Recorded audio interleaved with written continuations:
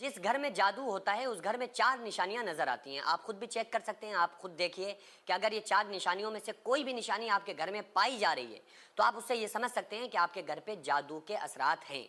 आमतौर से लोग जादू के असरात समझ रहे होते हैं लेकिन जादू के असरात नहीं होते। बाज़ लोग तो ऐसे होते हैं जो इन चीज़ों को मानते ही नहीं है, वो सिरे से इनकार कर देते हैं कि नहीं भाई इस तरह की कोई चीज़ें होती ही नहीं है, ये सिर्फ बेवकूफ़ बनाने का काम है। ऐसा नहीं है, ये बेवकूफ़ तावीज़ गंडे को लेकर बनाया जा रहा है, लेकिन इसका मतलब ये नहीं कि वो सारे ही लोग आपको बेवकूफ़ मिलेंगे, ऐसा नहीं है।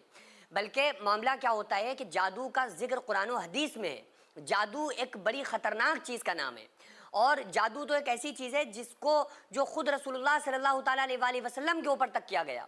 ये बात अलग है कि आका इस्लाम के ऊपर जो जादू हुआ तो उसके होने में बहुत बड़े राज थे कि कहीं दुनिया के लोग आका इस्लाम को जादूगर कहते थे ना, तो इसलिए आप सल्लल्लाहु अलैहि वसल्लम पर जादू असर किया कि जादूगर पे कभी जादू असर नहीं करता है। तो इस बात की एक निशानी कि भाई रसूलुल्लाह सल्लल्लाहु अलैहि वसल्लम पे जादू का असर करना ये बता रहा है कि आका इस्लाम जादूगर नहीं है।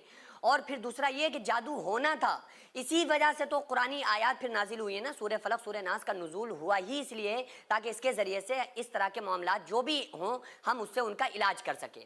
तो इसलिए इस चीज़ का सिरे से इनकार नहीं किया जा सकता है। तो मोटी मोटी मैं निशानियाँ आप लोगों को बता देता हूँ, आप लोग इन निशानियों को फॉलो करिए। अगर ये निशानियाँ आपके घर के अंदर पाई जा रही हैं तो आप समझ लें कि आपके घर के ऊपर जादू के असरात हैं। पहली निशानी, घर के अंदर खून का आना, ब्लड का आना। और ये ब्लड, मैं अक्सर जब भी इस टॉपिक की बात करता हूँ ना, इस टॉपिक पे, तो मैं बताता हूँ कि किसी को एंजाइटी का शिकार नहीं बनना चाहिए। वो ये भी देख ले कि बाज़ मरतबा ऐसा भी हो जाता है कि बिल्ली चूहा पकड़ के ले जा रही थी और चूहा का खून निकला और वहाँ पे गिर गया। अब आप समझने लगे कि यार ये तो ब्लड आ गया। तो इतने ज़्यादा आप दिली तौर पर और जहनी तौर पर मरीज़ न बने, बल्कि वो खून आपको अक्सर नज़र आता है और ऐसी जगहों पर नज़र आ रहा है कि जहाँ पर खून जाने का कोई चांस ही नहीं है। मसलन सेब अलवारी के अंदर, अब सेब अलवारी के अंदर खून जाने का कोई चांस नहीं है।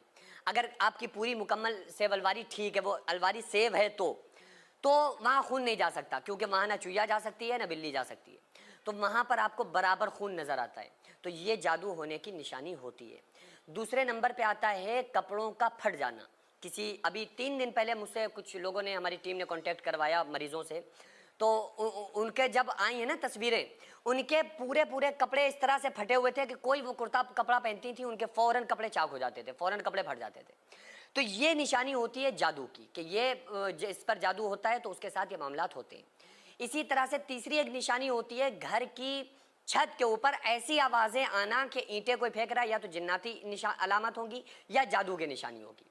उसके अलावा घर में इस तरह के कंडीशन पैदा हो जाना कि इंसान खूब कमा रहा है, अच्छा खासा बिजनेस भी है, अच्छा खासा कारोबार भी है, एक तरह से घर से खुशियों का छिन जाना कि पूरा घर की कैफियत ही अजीब है और सबको टेंशन, सब आपस में बड़ी ख़तरनाक तरीके से एक दूसरे से बिंधे हुए हैं। तो थोड़ा बहुत तो हर जगह होता है, वो अलग चीज़ है, लेकिन ये कि हर बंदा पूरी तरह से परेशान है, हर बंदा ज़हनी तौर पर मुसीबतों में मुलव्विज़ है। तो ये फिर उस जादू का इफ़ेक्ट पड़ता है लोगों की बॉडी के ऊपर कि आधे सर में दर्द रहना, हर वक्त बीमार रहना, उठने की हिम्मत ना पड़ना। तो ये तमाम चीज़ें फिर उस घर के अंदर हो जाती हैं। तो अगर इस किस्म का कोई मसला आपको नज़र आए तो आप क्या करें? उसके लिए सबसे पहले तो मैं आपको ये बताऊँगा कि एक दुआ, कि अगर जिस घर में भी जादू के असरात हैं वो दुआ आप पढ़ के जैसे ही घर में बजाएंगे ना, तो सारे असरात 11 दिन के अंदर अंदर इंशाअल्लाह ताला ख़त्म हो जाएंगे। 7 दिन या 11 दिन उस रिकॉर्डिंग को, जो मैं अभी आपको रिकॉर्डिंग दूंगा, उस रिकॉर्डिंग को आप अपने घर के अंदर बजा के रख दें और 11 दिन या 7 दिन लगातार बजा दें। मैं